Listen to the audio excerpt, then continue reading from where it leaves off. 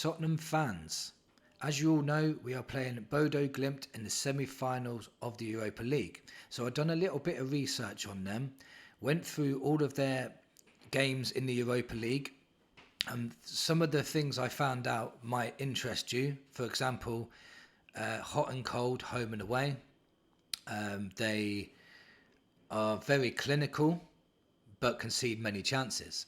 So what I'm going to do in this video is I'm going to go through all the games and explain what happened in these games and come to a conclusion whether were they lucky to be where they are now, or was it a case that they were just clinical and knew what they were doing. So let's talk a little bit about Bodo Glimt. So Bodo is a city found north of the Arctic Circle, and Glimt actually means flash in English, and I'm just hoping that they're just a flash in the pan and we can knock them out of the semi-final. So we went to Frankfurt away in the last round, and that was a hostile environment, big crowd, very loud, and we managed to get over the line. But playing Bodo away is going to be a different story, because Bodo have 8,270 capacity. So it's not going to be a hostile environment. It shouldn't be intimidating for us. But the problem we may have is playing them on an artificial pitch, which may, not work for us, basically. A lot of teams go there and they don't do well. So Lazio recently lost there 2-0. So Lazio are a very good side. They were one of my favourites to win it, and they've gone out to Bodo Glimt. Lazio lost at Bodo Glimt 2-0.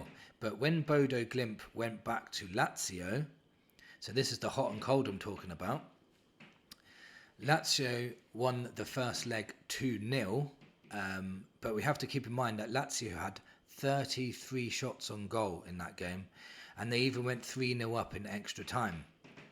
Bodo Glimt got a goal 10 minutes from the end, and it ended up going to penalties, and Bodo ended up going through.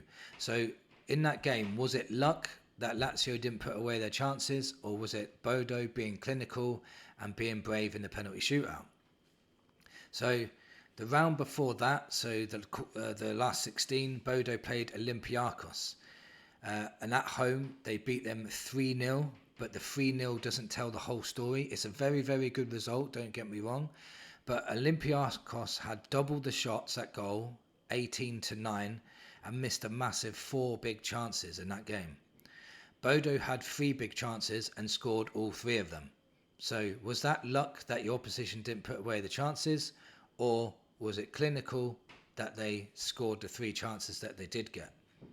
In the second leg, Olympiacos won 2-1, but they went out 4-2 on aggregate, which looks good on paper, but for Bodo, again, that don't tell the whole story. Olympiacos had 27 shots and Bodo had 2. Olympiacos had 69% possession and had 5 big chances to score and didn't score hardly any of them. So again, was Bodo just being clinical when they did get the chance? They had 2 shots and scored 1 of them. That's clinical for me. But are they lucky that Olympiacos didn't score one of those, more of those 27 chances they got, and the 18 other chances in the away leg as well? So again, for me, it seems a lot of luck was on their side for this game, and they managed to get through to play Lazio in that game. So before that, Bodo played in the playoff round. They was away to FC Twente, losing 2-1. Twente had over double the shots, 14-6, 7 on target, but couldn't put away the chances. It's a familiar story in every game. I have to point out it was 1-1 until the 95th minute, where Twente got a penalty and it made it 2-1 to Twente. In the second leg though, when Twente had to go away to Bodo, this is where the hot comes in for Bodo. Bodo beat them 5-2 on their artificial pitch, and Bodo dominated this game, it has to be said. 72% possession, 14-10 shots ratio, and 4 big chances created.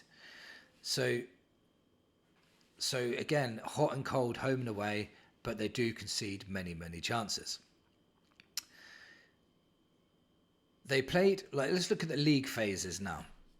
So in the league phase, Bodo came 9th, winning 4, drawing 2, and losing 2. So that means that's why they went into the playoff phase. They played Besiktas at home, which was a very good result, and beat them 2-1, which was a good result this time because they deserved the win and they were very much on top in that game. They played Man United away, which is one I really want to point out. A match where Man United absolutely dominated them, had 20 shots to Bodo's 7 and over 70% possession. This ended 3-2 to United, but was it luck again that the opposition didn't finish their chances? Or can you say Bodo were clinical in front of goal? Because they didn't have many chances and still managed to get 2 goals against Man United. And I do have to mention, they were 2-1 up against United. One result gives me a lot of confidence, and that's Bodo Glimt losing at home to Karabag 2-1. Although I do need to point out, Bodo were much the better side, had 24 shots to Karabag's 10,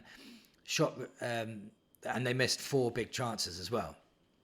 So this was the opposite way round to what their results normally get to, because normally they have a lot of shots against and the opposition doesn't finish. This time they had a lot of shots for but didn't finish themselves.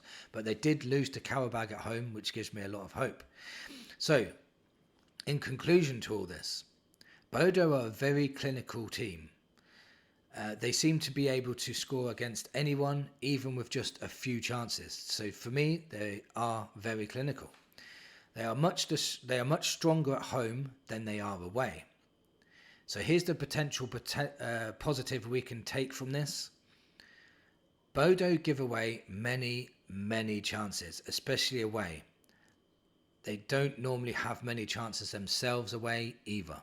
So if we play them at our stadium, put away our chances and defend well, there's a big chance we could really finish this tie in the first leg. Regardless of everything I've said, Bodo deserve huge respect for getting to where they have. It's a proper fairy tale story for them, and regardless of how they got through, they got through. They did it, they worked hard, and it paid off. You know, they never ever give up, and that's something we need to remember, because even if we get a big lead at home, or any sort of lead at home, they will be coming at us at their ground. They will never give up. Even if they're 4-0 down, they will keep trying. So if we took a foot off the gas, even for 1 minute, they will come in and they will try and make a comeback in this game. And it could get very nervy in the second leg. So we have to put in a very professional performance. Do not underestimate these guys, because any lapse of concentration, they will punish you. I've heard, and I've not had confirmation of this yet, that maybe a couple of their main players may be missing for the first leg too, which may help us out even more. We shouldn't need that, but if that is the case, I think it's due to suspensions or something. So maybe that is the reason why they're going to be missing, but that means they should be back for the second leg. So Spurs really need to take advantage of this. Bodo Glimt have, in my opinion, rode their luck on many of the Europa League games, conceding many chances but not conceding the goals.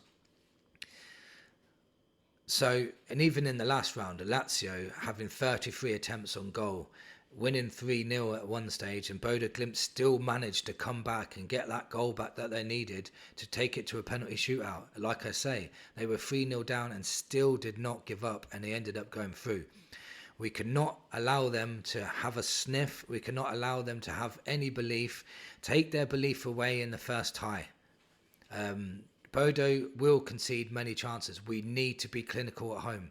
If we go away from this game at home without a win, or even with a draw, it's going to be very, very difficult to go away to Bodo on the plastic pitch where they feel comfortable, and they've beaten a lot of teams there. It's going to be difficult. Let me know in the comments what you think of Bodo Glimt. Has this gave you any more confidence that we can go and beat them and get to a final for the first time in 41 years of the Europa League? Thank you for watching. Fingers crossed. And come on, you Spurs.